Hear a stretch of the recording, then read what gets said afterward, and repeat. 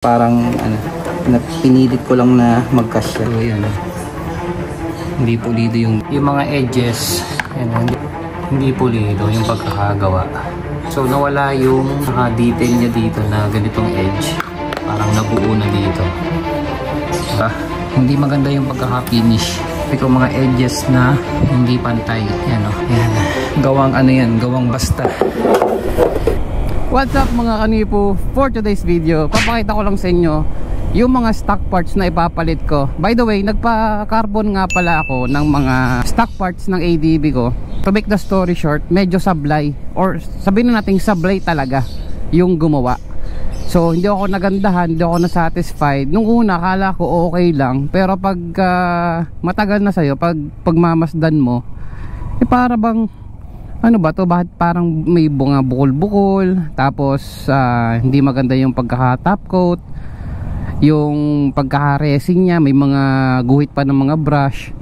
Ang design nga pala nitong carbon ko ay forged carbon na may silver strips. Design to nung gumawa mismo, kasi sabi niya gusto daw niyang testingin. So ang gusto kong pag-usapan ay yung ipapalit natin, kasi ang gusto kong itapik natin dito ay so i-share sa inyo kung paano magpalit ng mga stock parts in case magpapalit kayo ng front fender, magpapalit kayo ng rear fender. Medyo ano yan, mabusisi kasi yung pagtatanggal, merong pagkakasunod-sunod kasi. So yun na lang yung i-video natin. So gusto ko lang i-share sa inyo yung nangyari, kasi nga ang gusto ko talaga ipa-carbon ay honeycomb na pattern. And then yung design na ginawa niya is forged carbon na may silver strips. Yun nga, siguro pagkalipas ng mga ilang araw, napansin ko medyo magaspang na yung pagka-top coat niya. Saka yung resin niya, hindi na maganda yung texture. So medyo magaspang, tsaka may bunga bukol-bukol. And then pinakapansinin talaga kasi dito is yung pinaka-design niya mismo. Kasi nga meron siyang mga silver strips. So anong nangyari kasi, hindi pantay-pantay yung pattern niya. Merong kaunti, merong marami, merong mahaba. So iba't iba. So hindi talaga siya pantay-pantay. Nag-decide na lang ako na ibalik na lang sa stock. Ayoko rin namang ikabit yung pinaka-carbon na hindi maganda. Kasi sayang, nagpa-carbon ka pa kung pangit din naman, di ba? Kaya nga magpapa-carbon para maganda yung itsura ng motor mo. Kaya ngayon kung pangit, edi wag na, tanggalin na lang natin, ibalik na lang natin sa stock. So ngayon ipapakita ko sa inyo yung mga stock parts na binili ko para meron kayong guide kung paano magpalit ng ganitong mga stock parts. So guys, sorry for the late upload. Tinompleto ko lang yung fairings dahil medyo na-disappoint tayo sa output nitong ating forged carbon. Papalitan natin, ibabalik natin siya sa stock. So ito, bumili ako ng mga original parts, pero hindi pa siya kompleto.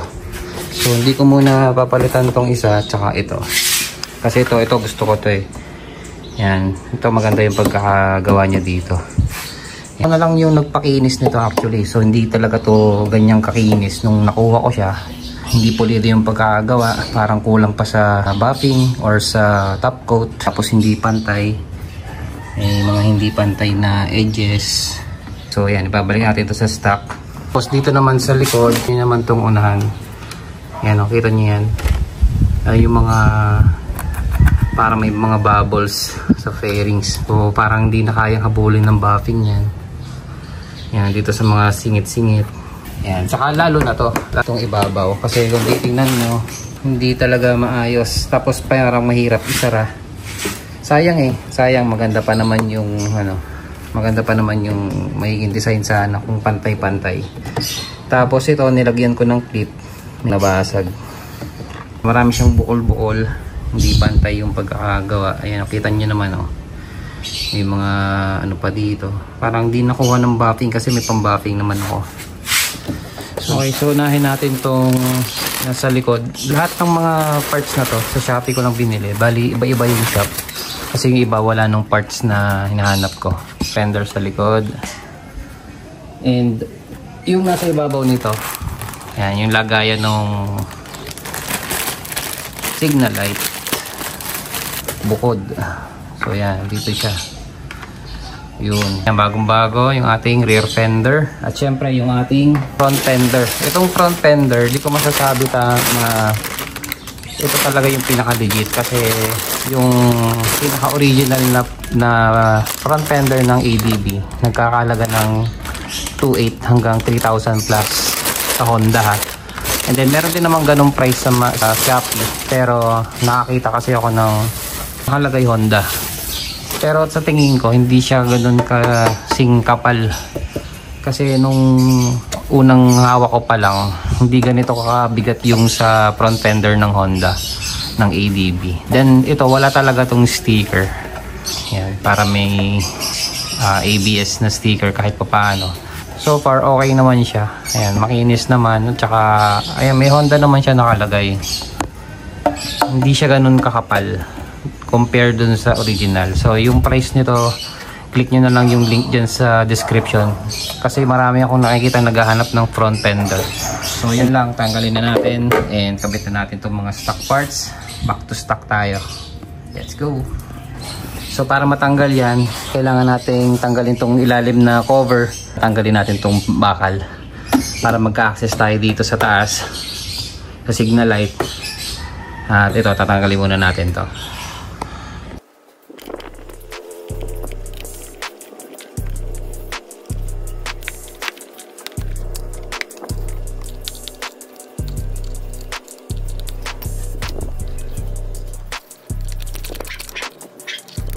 Tanggalin natin yung mga tornilyo at saka yung push pin. May access na tayo. Dalawang lock dyan. Yan yung wire doon sa signal para dyan nakakapit. Tatanggalin muna natin to. Yan. Sabay na rin ang linis. Once may access ka na dito, tatanggalin na natin tong mga tornilyo para dito sa bakal. 10mm ang gagamitin natin ditong socket. Apat to. Apat na bolt. Pwede natin tanggalin.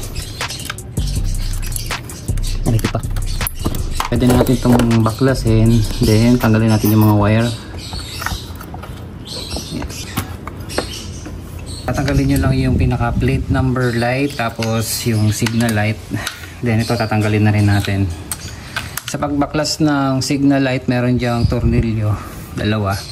Babaklasin natin to. Tanggalin natin yung plaka. Tapos tatanggalin natin tong lamp sa likod. Ayan yung main nut yan. Pag natanggal mo na yung lamp, meron niyang dalawang tornilyo. Ayan, para matanggal natin yung pinakabakal. 10mm na socket. Ayan, so ito naman yung pagkakaiba. Unang tingin, siyempre hindi ako sanay tumingin ng carbonol. Tingin ko okay, pero pag ikukumpara mo siya sa stock, ayan, tatanggalin natin yung bakal. Ito yung stock na fender. Binuo na niya yung nandito. Although taklob naman talaga ng plate number, so walang problema. Pero dito kasi, yan o, yung mga edges hindi pulido yung pagkakagawa. Ayan. And then itong taas naman, yung cover ng signal light, ito talaga siya. So nawala yung pinaka detail niya dito na ganitong edge, parang nabuo na dito. Di ba? Parang ano yun, parang naging plain na lang. Nawala na yung, hindi nasunod yung design nung plate nung signal cover. Then yung edges dito wala na rin. Ayan, nabuo na. Ayan, yung mga talagang hindi ko nagustuhan. So bago matanggalin nga pala to, again tatanggalin natin yung dalawang tornilyo. Wait lang.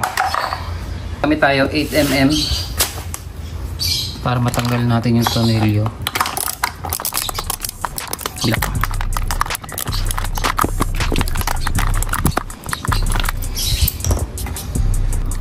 Pwede mo na siyang kamayin pagka naluwagan mo na, kasi mahirap talaga siyang baklasin. Ayan, mahaba to. Mahaba yung tornilyo nito. Ayan, 20mm to. Tanggalin mo muna yung bakal. Ito yung nagsusupport dun sa tornilyo saka sa cable. Ayan, pwede mo na siyang higitin. Tapos yung grommet, ayan, pag nahigit mo na siya, ito yung grommet na kakabit natin. So yan, ganyan yung orientation niya, parang paliit dun sa dulo. So may natin tanggalin ito muna.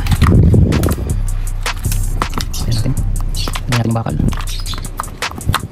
Then lahin na natin. Pwede na natin baklasin tong grommet nya. Dito sa grommet, ano lang to, madali lang, pwede nyong kamayin. Tanggalin nyo lang yung yan, luluagan nyo lang yung rubber sa loob para makuha nyo yung grommet. Ganoon din sa kabila. Yan. Pwede mo na tanggalin tong cover. Tapos may tornilyo pa yung plate light. Tanggalin lang natin tong tornilyo. Screw type lang yan. Ayan, tanggalan natin yung dalawang tornilyo. Pwede na natin matanggal yung plate light na LED. Ito sa nabili kong stock, wala siyang clip. So tatanggalin natin to. Ayan, yan. Yan, una natin kakabit yung plate light. Sasabay ko na yung linis para bago ikabit, malinis na siya. Tapos nakatornilyo siya dito na long screw lang to.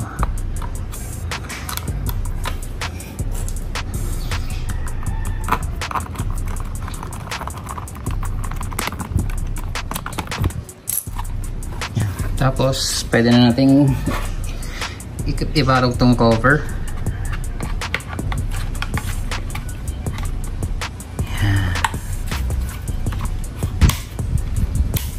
So, teka nga, mag-ano lang ako. Mag-gloves lang ako para hindi masakit sa kamay. May gloves nga pala akong nabili. Isang box na yung gloves na nabili ko. For your reference, large ang ginamit ko.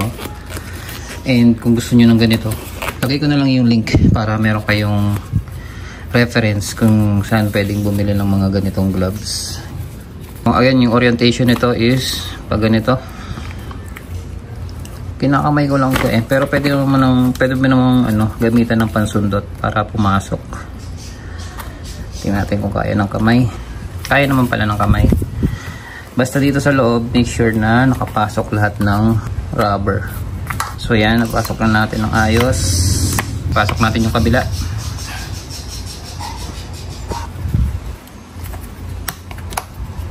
Bago nyo mga pala ilagay yung bakal, lagay nyo muna to. Mauuna talaga yung signal light bago yung bakal.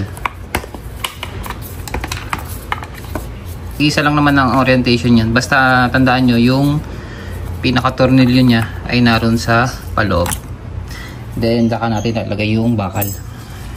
Tingnan natin yung kabilang bakal bago natin ilagay yung tornilyo. Pwede nyo itong gawing reference kung halimbawa magpapalit kayo ng mga icon signal light, yung mga aftermarket na signal light. Pwede na natin ikabit yung tornilyo kahit saan naman to.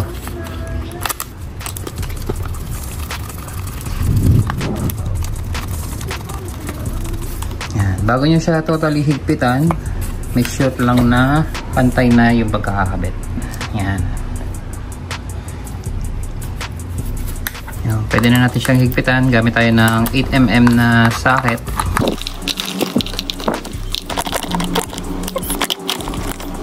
Ayan. Once na nakabit nyo na, pwede nyo na siyang pwede nyo na ikabit yung bakal. Nahin na natin itong dalawang tornilyo dito sa labas.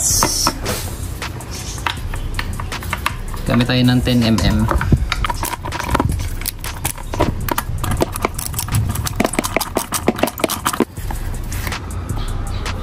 Muna natin. Ito na, pwede nating ibalik to bago natin ikabit yung plaka tsaka yung nasa ibabaw. Let's go.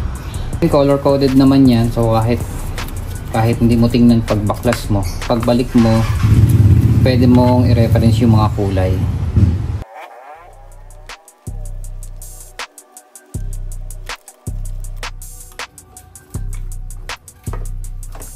Okay.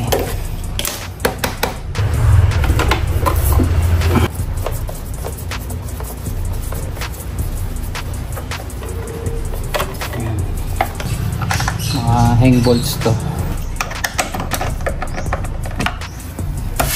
Okay, yan, meron na nga palang bagong plaka yung ating Mio from 2013. So yan, napalitan na natin. Kung naka green plate ka pa, naka temporary plate ka pa, ayan, lagay ko yung link dyan sa description para ma-check mo kung available na yung plaka mo. Pwede mong ipa-deliver o pwede mong kunin sa office. Okay, so nabalik na natin sa stock yung plate light cover tsaka yung pinaka fender nya. Ngayon naman babalikan natin tong rear fender dito sa likod.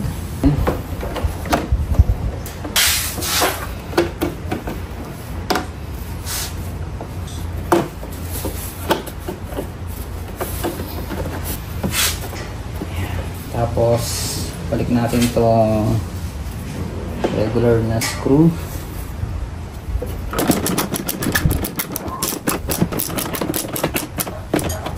May mga extra ako ditong push pin. Then balik natin tong grab bar.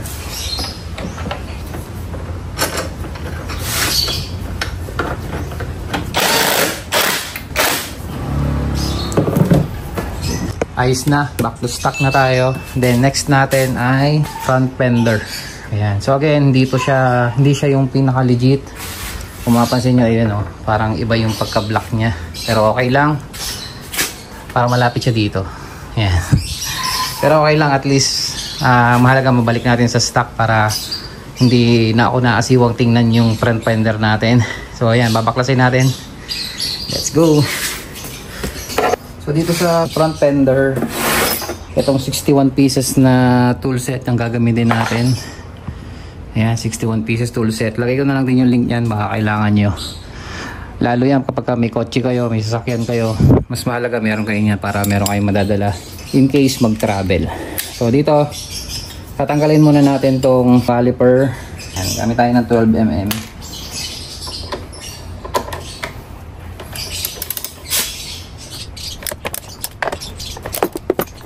Ayan, yung caliper.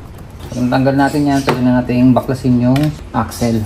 Gamit tayo ng dalawang 18. Isang close range at saka socket na 18. Kasi yung gamit ko ay hang bolts na yan. Meron pa nga palang alin yan. Tanggalin natin yung alin.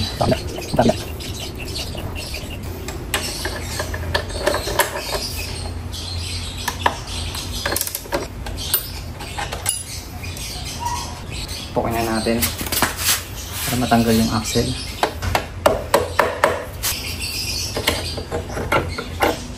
Yung axle nya.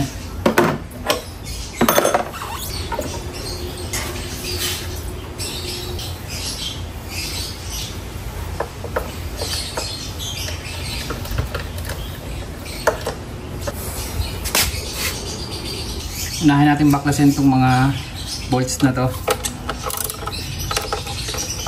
Ang stock na bolt nito ay alin din, pero pinalitan ko na siya ng hang bolts din.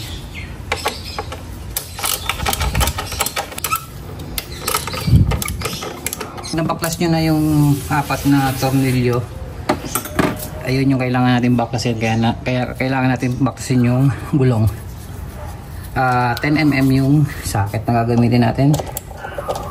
Tapos tatanggalin natin yung grommet.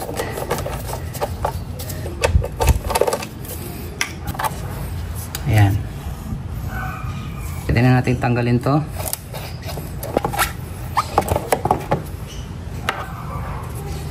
Okay, so comparison lang sa stock. So ito yung medyo mabigat na to. Medyo mabigat talaga yung original compare dito sa nabili ko. Hindi maganda yung pagkaka-finish. And then ito yung sinasabi ko, mga edges na hindi pantay. Ayan o. May maumbok dito, tapos may mga guhit-guhit pa siya. Then binap ko na yan. So wala, yan na lang talaga yung pinaka makintab niyan. Pero kung tutuusin talagang hindi dapat ganyan yan. Yan. Gawang ano yan, gawang basta. And then ito na yung nabili natin. Kukuhanin ko nga pala tong fender extension. Yan, ginawa niya kinarbon na lang din yan ng twill. Sabi niya may extra daw siya. Ito kasi madali lang to. Ayan. Ito kasi film na to, na isang buo na siya. Unlike dito na talagang ikaw yung maglalagay. Dito papatong mo na lang, then resin. Ayan. So may butas na yan. Actually yung tornilyo hindi niya binalik ng ayos. So ayan, ako na lang naghanap. Then ito yung sinasabi kong grommet. Tanggalin natin.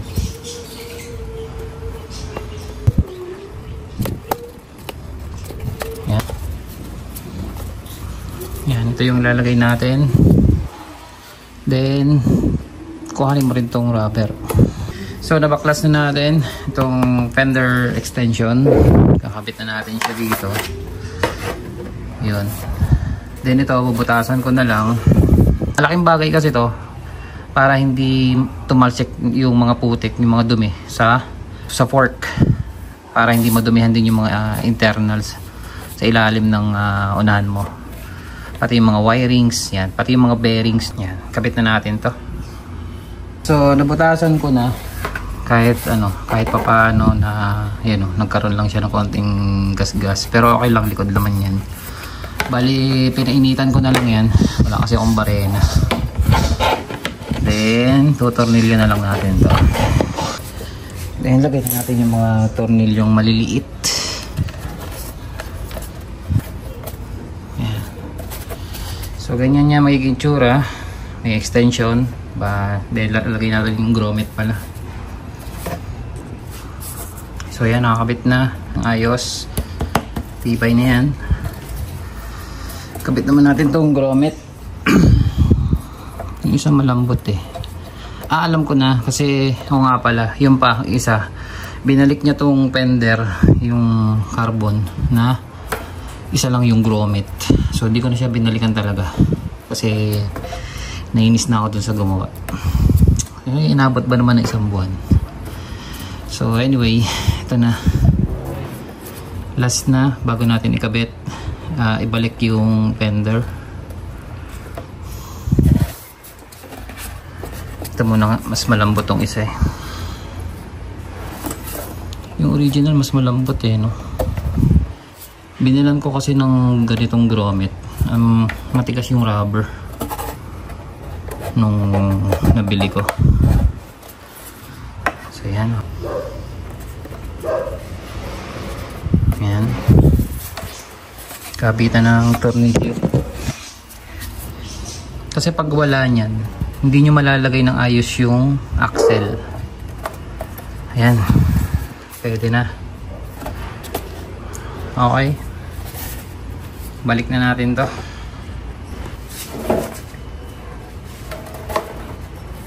Iba talaga yung original. Mas mabigat yung original. Ayan. Tornilyo. Pan-tight muna natin. Dito pala na.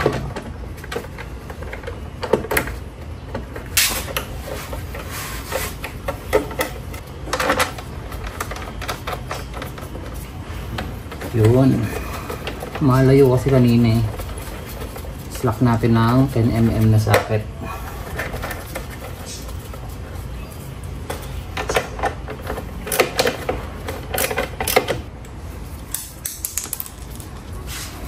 Yung axle. Kasi kapag nilalagay niyo yung axle tapos hindi siya dumediretso sa kabila, ibig sabihin may problema yung kabit nyo ng mga gasket niyan dun sa butas.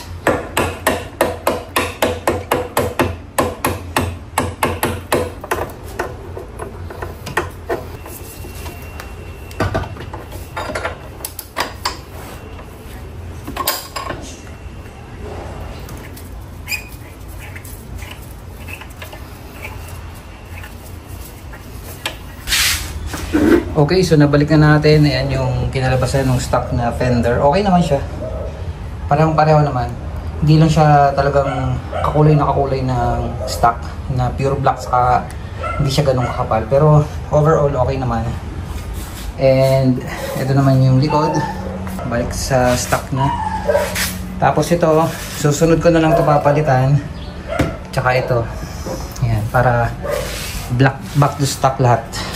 Okay, so again, lahat ng ginamit ko na mga tools, lahat ng ginamit ko na mga pyesa, yung mga parts ng ADV, dyan ko lang binili sa legit na shop.